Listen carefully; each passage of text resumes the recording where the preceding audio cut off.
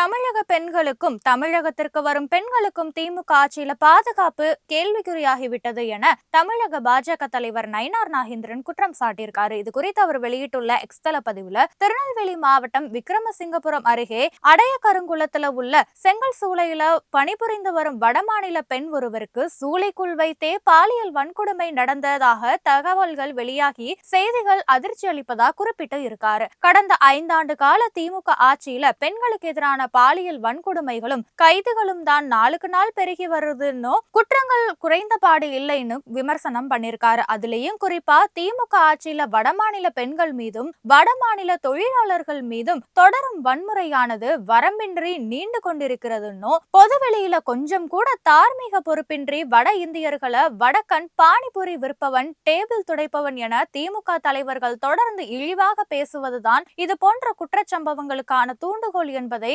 ஆளும் தலைமை இன்னும் உணர்ந்து கொள்ளாதது அறியாமையின் உச்சம் எனவும் விமர்சனம் பண்ணிருக்காரு. மற்ற மாநிலத்தவர்களை மாற்றந்தாய் மனப்போக்குடன் அணுகும் திமுகவுடைய பிளவுவாத அரசியலுக்கு முடிவு கட்ட வேண்டிய நேரம் வந்துட்டுன்னு நயினார் நாகேந்திரன் தெரிவிச்சிருக்காரு.